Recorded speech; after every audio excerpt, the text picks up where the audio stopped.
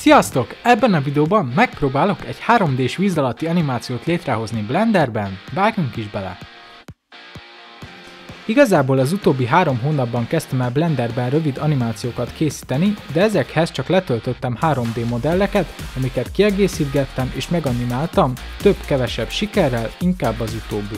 Úgyhogy jött az ötlet, hogy most csinálok egy animációt, amiben mindent én csinálok, nem tölthetek le hozzá semmit, csak textúrákat és referenciaképeket. A témája pedig egy tengeralattjáró lesz, ami megy a víz alatt, ahol megáll és kiszáll belőle egy karakter. Szóval bele is vágtam ennek az elkészítésébe. A tengeralattjáróval kezdtem, aminek a Mélység című meséből a Rover nevű kis tengeralattjárót használtam fel alapul. Úgyhogy neki is láttam Blenderben a modellezésnek. Igazából azért ezt a tengeralattjárót választottam, mivel a dizájnja nagyon tetszik, és nem lenne annyira egyszerű egy jó dizájnnal rendelkező tengeralattjárót megtervezni. A modellezésben nem is ütköztem olyan nagy akadályokba, egész jól haladtam. Ezután jöhetett a textúrázás, amit egyáltalán nem tudtam, hogy hogyan is kéne csinálni, még annyira sem, mint a modellezést. Úgyhogy megnéztem pár tutoriált és fogtam magam, majd ahol a minták vannak a járművön, ott befestettem, majd ezt elmentettem. És ezután Photopiben levágtam a hátterét, majd átszíneztem, mivel túl egyszerű lett volna, ha jó színűre festem le egyből. Majd kerestem rá mélysejtrásos mintát, ezt fogtam, a narancssárga részeket beborítottam vele, és az alapfehér textúrára, mint egy második réteg ráraktam. Sajnos a minta az UV map miatt elcsúszott, de távolabbról, jó szögből nézve elmegy, és már kész is van a tengeralattjáró. Ami szerintem nem is lett olyan rossz, és magamhoz képest nem is volt olyan sok idő, 4-5 napba telt elkészíteni. Majd ezután jöhetett az első jelenet, ami igazából csak annyi, hogy elindul a tengeralattjáró, majd lesüllyed a víz alá. Ezt nem is tartott olyan sokáig megcsinálni, mivel csak egy sima plate kell hozzá, Ocean Modifierrel, majd a rovert meganimálni és egy Dynamic Paint, plusz hozzá Particle Effect vízcseppek imitálásához. Ez tényleg nagyon gyorsan meg is lett, csak mivel valamiért vagy 5-ször rendereltem ki, azért sikerült mégiscsak elhúznom vele az időt. Viszont így már kész is volt a kis animációm első jelenete. Úgyhogy következhetett is a második jelenet, ami már egy jóval komplikáltabb dolog volt, mivel a víz alatt játszódik, és még sosem csináltam Blenderben víz alatti jelenetet. Erre egy visszagondolva kicsit fura, hogy úgy álltam neki víz alatti animációt készíteni, hogy nem is próbáltam ki, hogy egyáltalán képes vagyok-e használható víz alatti jelenetet létrehozni, na mindegy. Eleinte nem igazán ment, de igazából csak finom hangolni kellett az értékeket, plusz a víz által okozott fénytörést jól megoldani egy nagy teljesítményű lámpával, és egy helyenként átlátszó textúrájú plate-tel. Viszont ahhoz, hogy tényleg víz alattinak tűnjön, kellettek sziklák, halak, korallok, ráadásul mindegyikből több, nem is kevés időt vett igénybe. De miután ezekkel megvoltam, fel is kellett építeni belőlük egy kisebb víz alatti helyszínt, plusz a rovert, a kamerát és a halacskákat meganimálni. A halakat Particle Emitter effekttel oldottam meg, és force fieldekkel a mozgatásukat. Emellett még kellettek a jelenetben buborékok is, jó sok buborék, mivel ezekkel szerintem egy kicsit fel lehetett dobni ezt a jelenetet. Ez már jóval több időt vett igénybe, mint az első jelenet, mivel jó sok kis apróság kellett hozzá, plusz a korallokhoz és a halakhoz azt sem tudtam, hogy hogyan kezdjek neki. Úgyhogy kb. Ez a jelenet olyan 1-1,5 hetet vett igénybe. Ezután következhetett a harmadik jelenet, ami az előző kettővel ellentétben nem egy snitből fog állni, hanem rögtön 4-ből, vagyis dupla annyiból, mint az előző kettő összesen. Ehhez szükség lesz a roverre és egy karaktermodellre, ami az egyszerűség kedvéért, és mivel nem volt jobb ötletem, én leszek. Plusz kelleni fog maga a helyszín, ami az előzőeknél már egy mélyebben fekvő víz alatti árok lesz. De mindenek előtt meg kell alkotnom magamat poligonokból. A karakter készítéstől kicsit tartottam, mivel eddig sosem készítettem karaktert, a szobrászat módot is csak ezelőtt alig próbáltam ki. Úgy, hogy most ezzel kéne alkotnom egy rám valamelyest hasonlító emberi alakot, és nem használhatok fel hozzá egy kiindulási alapot sem. Mivel ugye csak textúrákat és referenciaképeket használhatok. Úgyhogy fogtam egy iCosphere-t, amiből a feje lesz, a testét és a végtagjait pedig hengerekből kezdtem el megformázni. A fejéhez azért, mint referencia, telefonnal készítettem egy nem túl jó minőségű 3D-s szkent magamról, ami túl sokat nem segített, de legalább adott egy támpontot egy alap emberi fej megformálásához.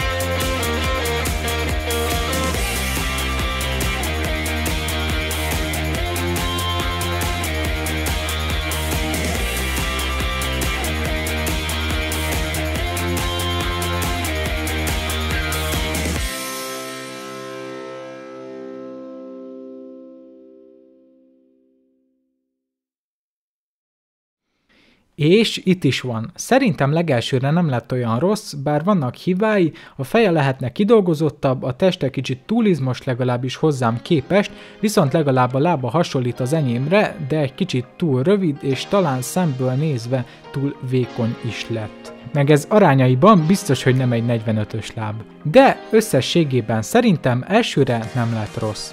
Úgyhogy most már indulhatott ténylegesen a harmadik jelenet készítése. Először is kell hozzá egy árok, ami kapott egy ilyen alaptextúrát, amit kicsit átalakítottam, hogy egy víz alatti árokhoz jobban passzoljon.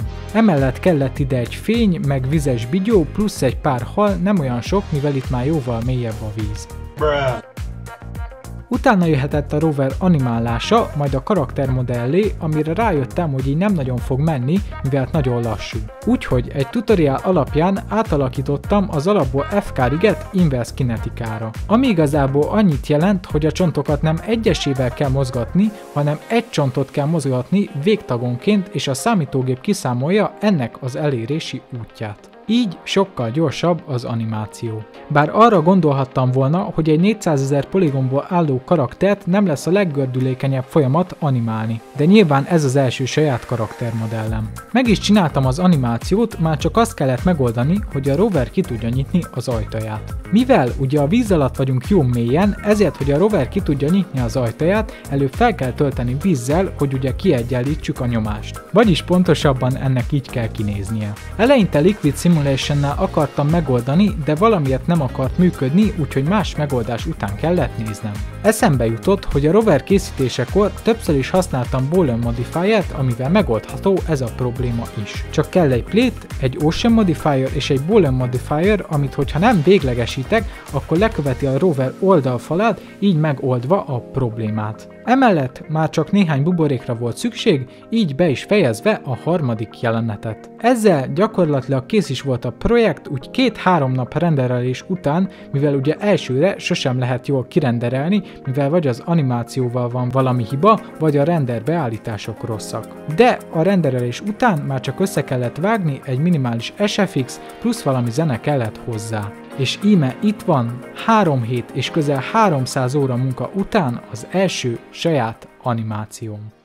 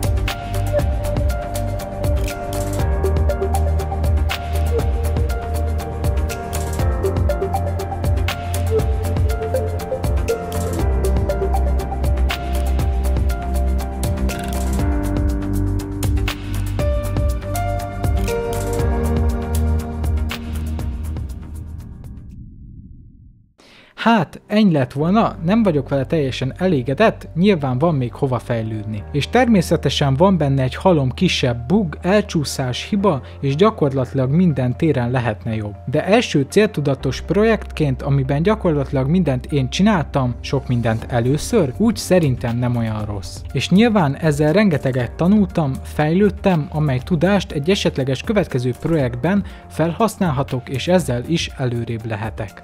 Viszont ez a videó ennyi lett volna, ha tetszett és még nem tetted meg, iratkozz fel, nyomj egy lájkot, találkozunk egy következő videóban, sziasztok!